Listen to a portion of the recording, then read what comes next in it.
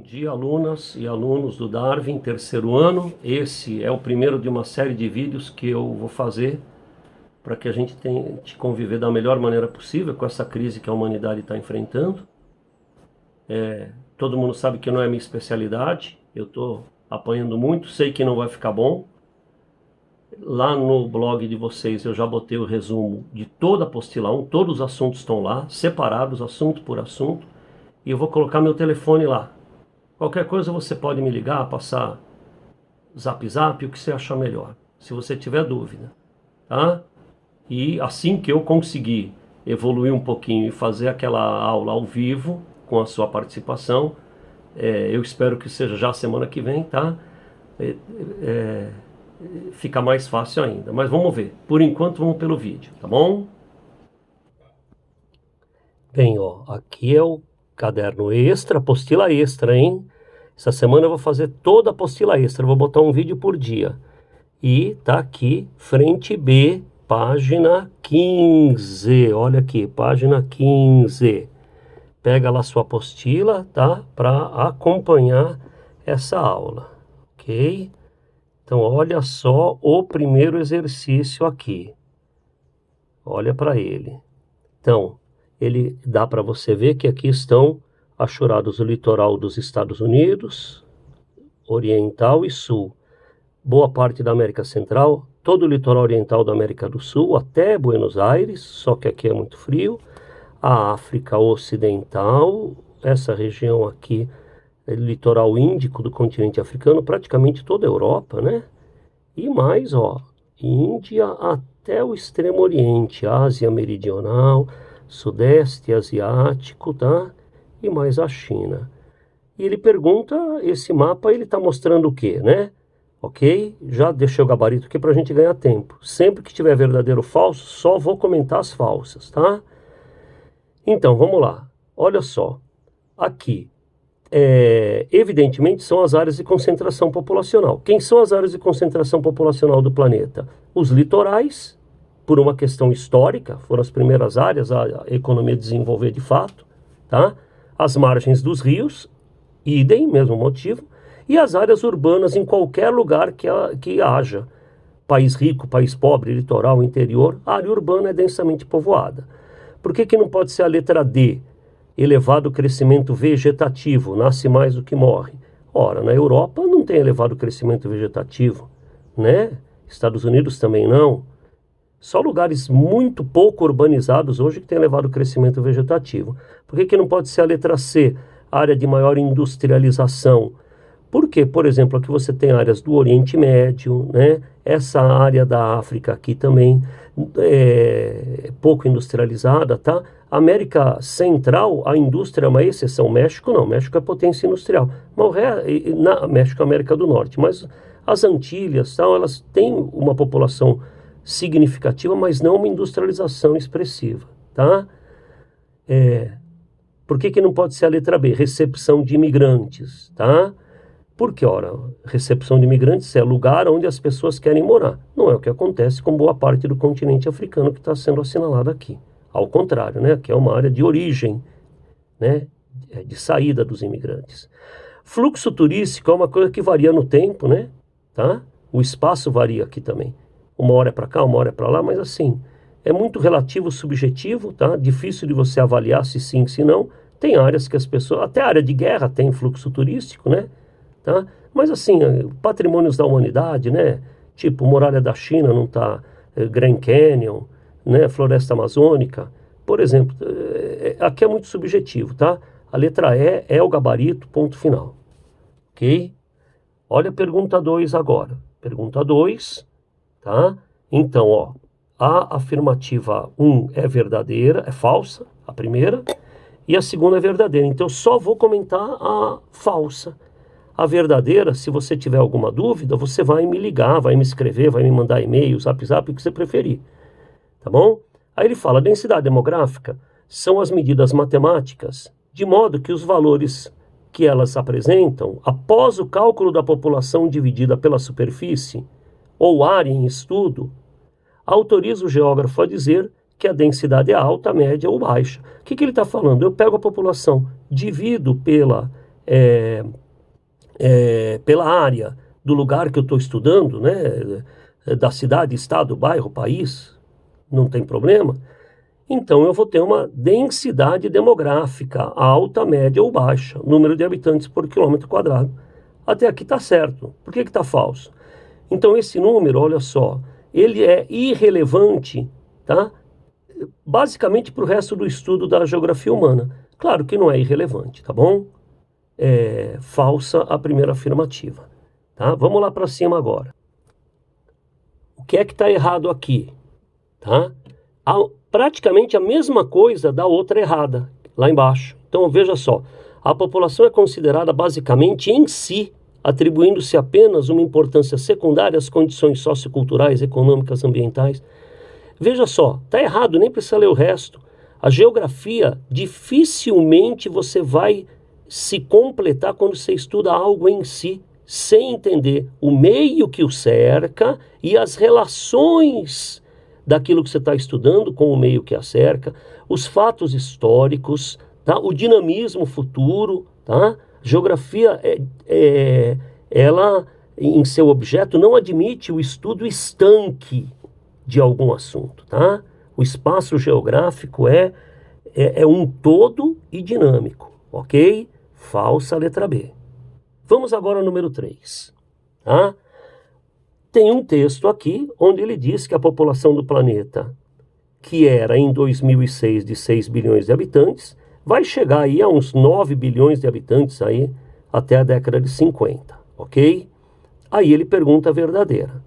Vamos lá. Então eu vou ter que ler as falsas, né? A taxa de migração é o número de pessoas que se deslocam de uma área para outra dentro do mesmo país. O problema aqui é que taxa é um número relativo, é um número por cento, por mil, e não o número absoluto. Letra B. O crescimento natural ou vegetativo corresponde à diferença entre entrada e saída de pessoas. Não. O crescimento natural é a diferença entre a taxa de natalidade e a natalidade, e a mortalidade. Isso é o crescimento vegetativo. A taxa de fecundidade, que representa o número de filhos por mulher, ok, não interfere no crescimento demográfico. Absolutamente, claro que sim. Quanto maior a taxa de fecundidade, tá, maior deve ser o crescimento demográfico, porque vai ter, cada mulher tendo mais filhos, a população deve crescer mais. Lembrando que se a mortalidade for muito grande, claro que vai diminuir esse crescimento. Mas a taxa de fecundidade é um fator relevante no estudo do crescimento populacional, ok? Crescimento vegetativo, nascimento diferença entre nascimentos e óbitos, beleza, é o gabarito. E populosos são os países cuja população relativa é elevada. E povoados são aqueles cuja população, que possuem grande população absoluta. Errado, olha só, aqui nós podemos inverter, tá bom? Para ficar certo isso, você coloca aqui, ó. Povoados, está invertido, e populosos. Inverte isso para mim, ó. Lê povoado aqui. Povoados são os países cuja população relativa é elevada, ou seja, o que é um país povoado? Elevada densidade demográfica, população relativa. E populosos, o que são países populosos? Coloca populoso aqui. São aqueles que possuem uma população absoluta elevada, um grande número de moradores e ponto final. Então, a pergunta 4 é sobre transição demográfica. Lembram o que é transição demográfica, hein?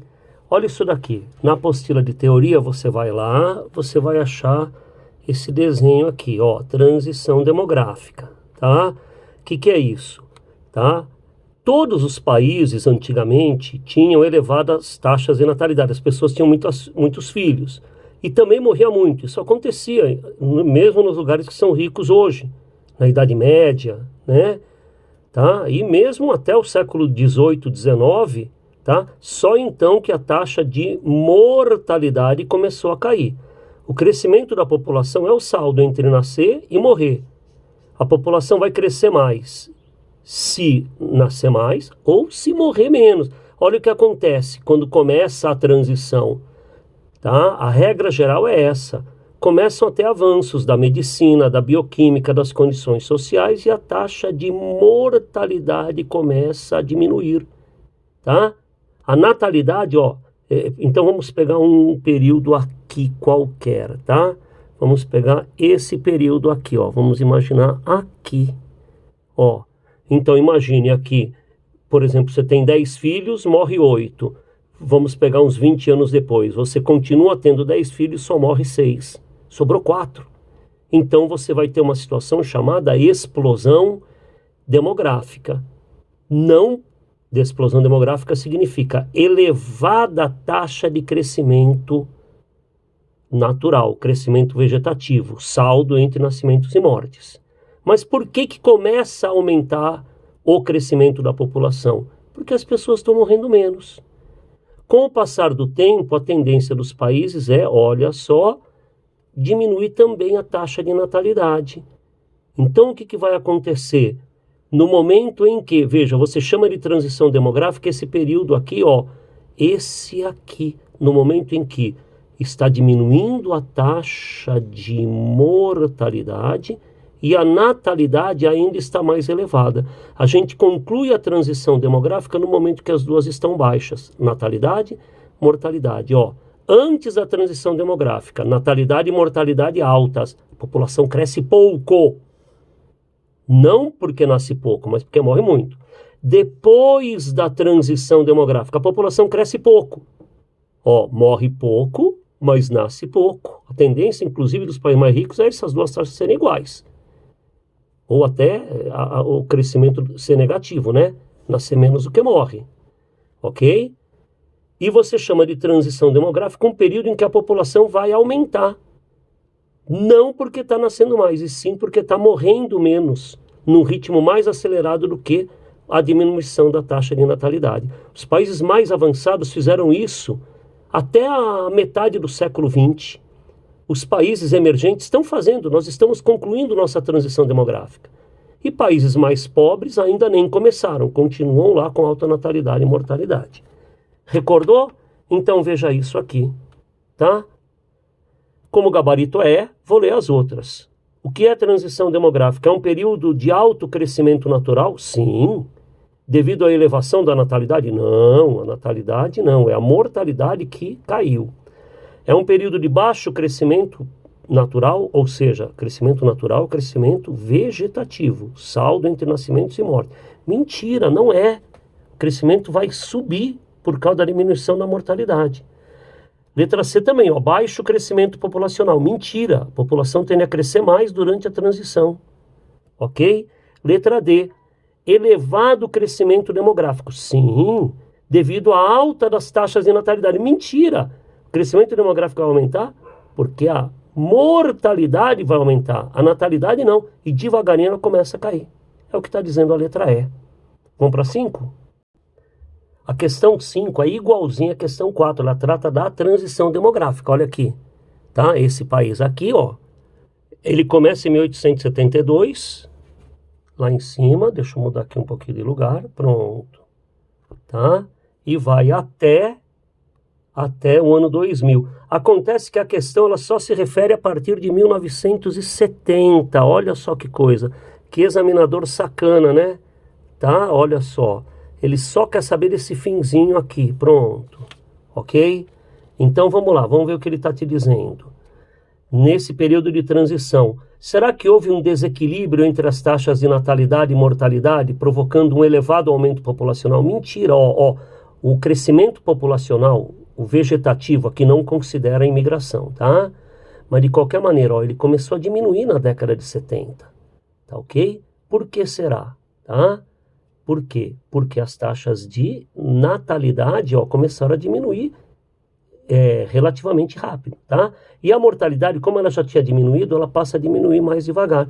Quer dizer, você consegue, quando a mortalidade é muito alta, as atitudes do governo conseguem, sim, rapidamente baixar essa mortalidade. A partir de um certo momento, a mortalidade cai devagarinho, tá bom?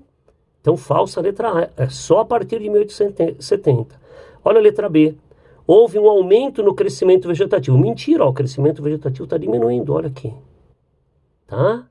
Letra C. Houve um desequilíbrio entre as taxas de natalidade e mortalidade, tendo em vista a diminuição da taxa de fertilidade feminina. Pode parar. Sim, a fertilidade feminina vinha diminuindo, mas repare que ela começou a diminuir mais devagar, né?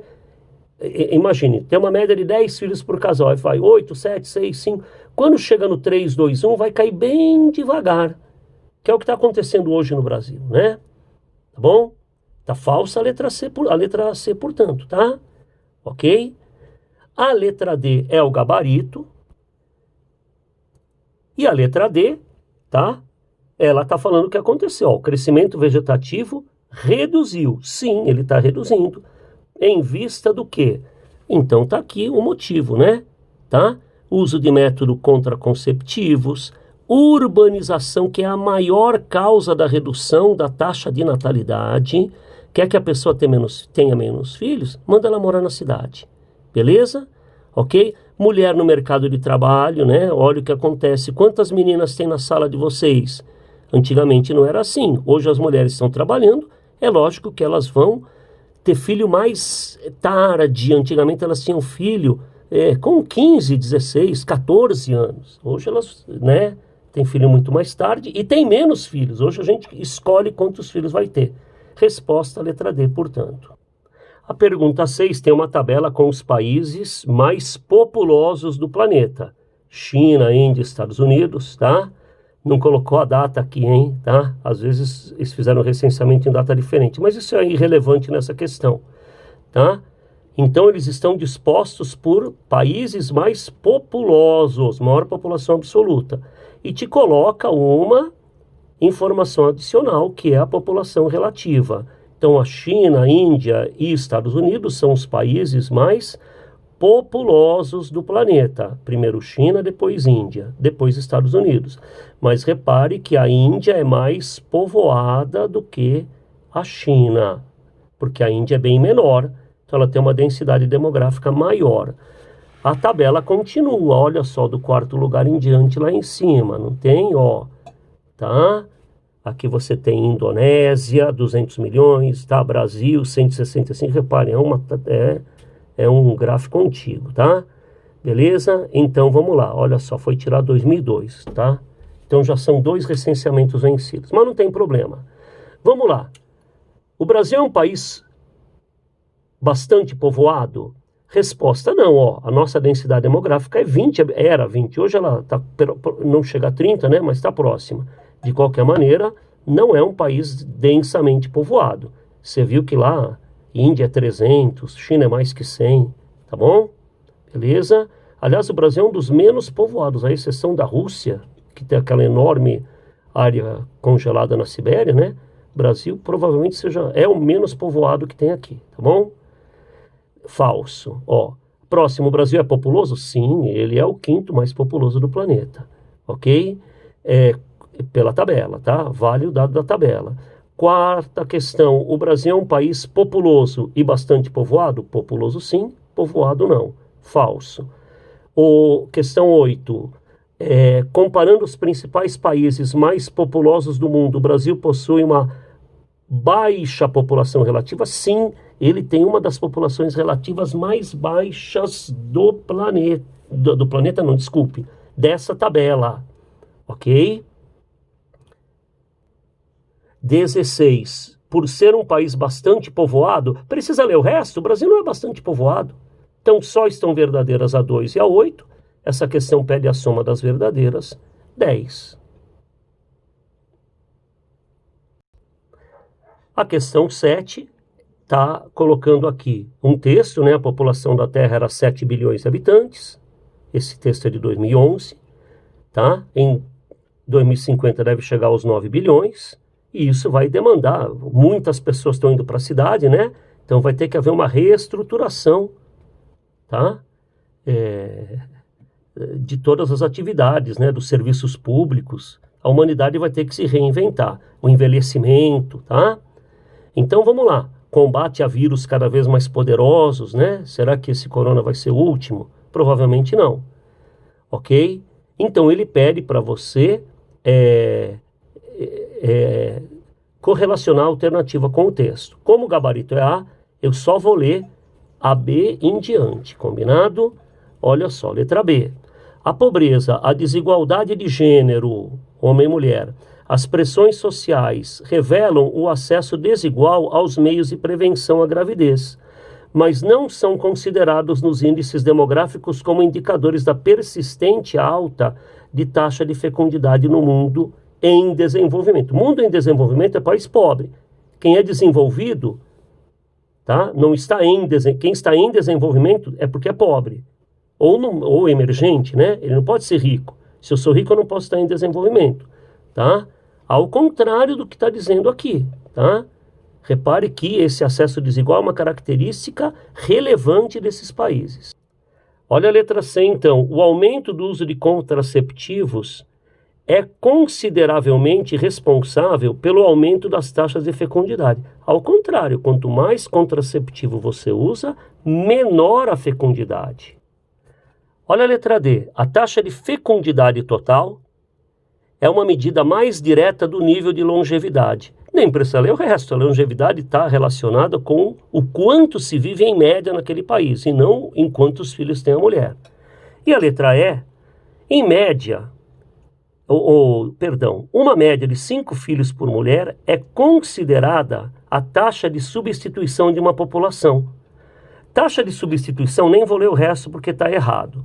Taxa de substituição é o número de pessoas que tem que nascer para que a população da Terra esteja constante, ou seja, ela vai substituir as mortes e a população nem vai aumentar nem diminuir. Segundo a ONU, esse número é 2,1 filhos por casal e não 5. Então, absolutamente errado. Então, a pergunta 8, ela se refere à taxa de dependência. Olha aqui. Isso aqui é a taxa de dependência. Quantos por cento, tá? É por 1000, não é por cento, tá? Já imaginou se 80% da população fosse dependente, ou aqui 90%? 10% teria que trabalhar para os outros 90%. Não pode, tá? Então essa taxa é por 1000, tá errado esse dado, ok? Então aqui é a taxa de pessoas dependentes, ela precisa da outra. Ela precisa da outra para viver. Quem é dependente?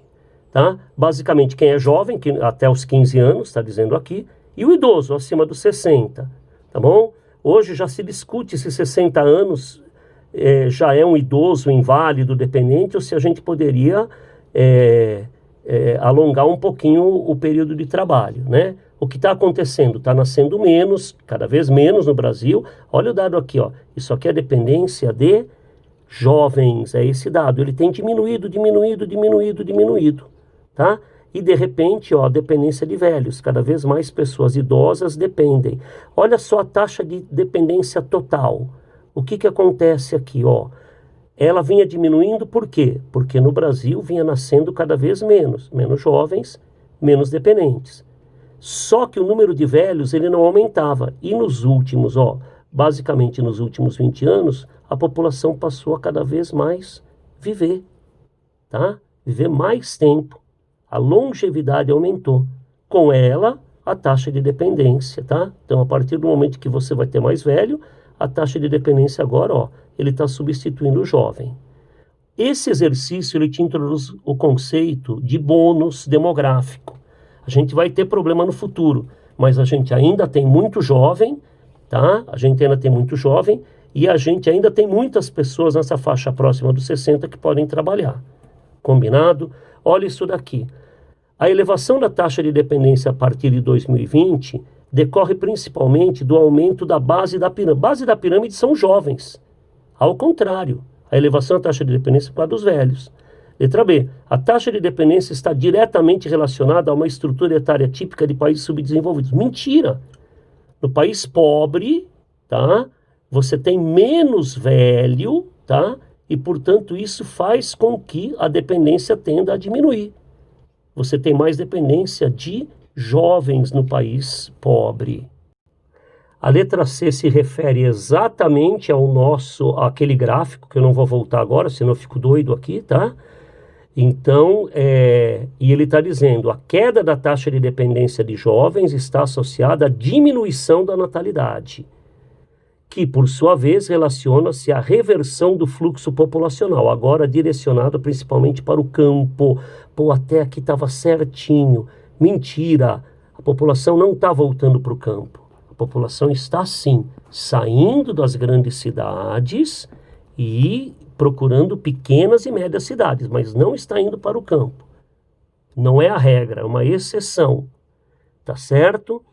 A letra D é o gabarito, que fala do tal bônus demográfico, ou seja, nós estamos com um problema iminente, mas hoje o Brasil ainda tem força de trabalho para suprir a taxa de dependência. E a letra E, o aumento da população de idosos na população brasileira expressa uma situação de explosão demográfica. Mentira! Veja, a proporção, tá? Ela não tem a ver com o número absoluto. O número de idosos está aumentando porque estamos vivendo mais? Sim. Mas em termos proporcionais, na participação deles, eles estão aumentando também porque tem menos jovem, tá? O número de idosos aumenta. Claro que aumenta a sua participação. Mas se diminui o jovem, percentualmente o número de idoso aumenta ainda mais. Falsa letra E. Seção Enem agora, tá? Então, olha só.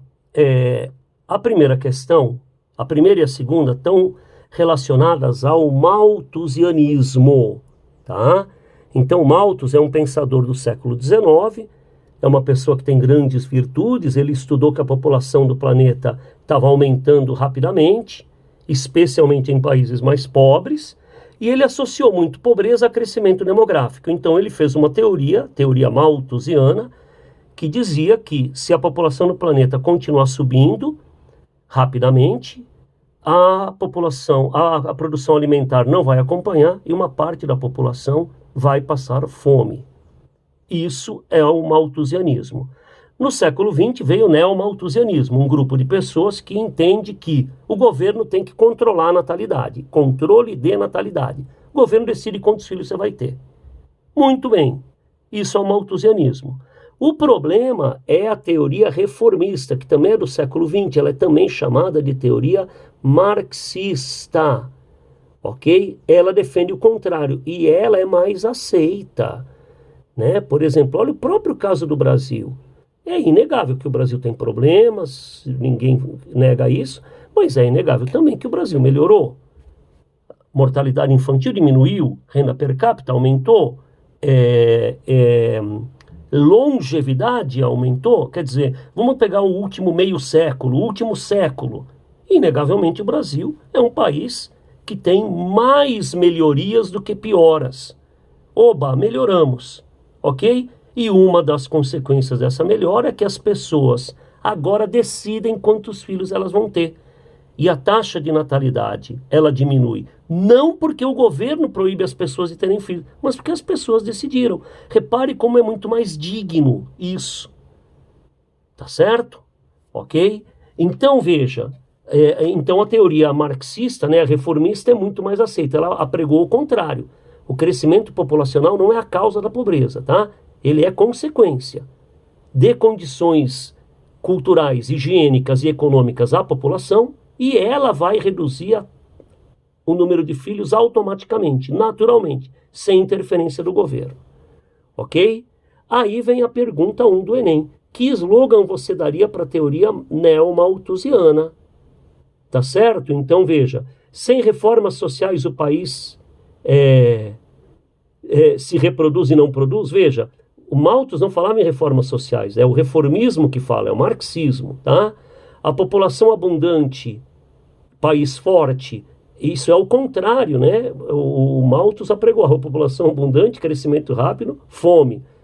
Olha a letra D, crescimento gera fraternidade e riqueza para todos. Malthus apregoava que o crescimento da população, né, que é o que está implícito aqui, ia gerar fome. Letra E, justiça social sinônimo de desenvolvimento? Teoria marxista e não a malthusiana. Beleza, ó o Malthus. Malthusianismo, né? O malthusianismo, controle populacional é o nosso passaporte para o desenvolvimento, ok?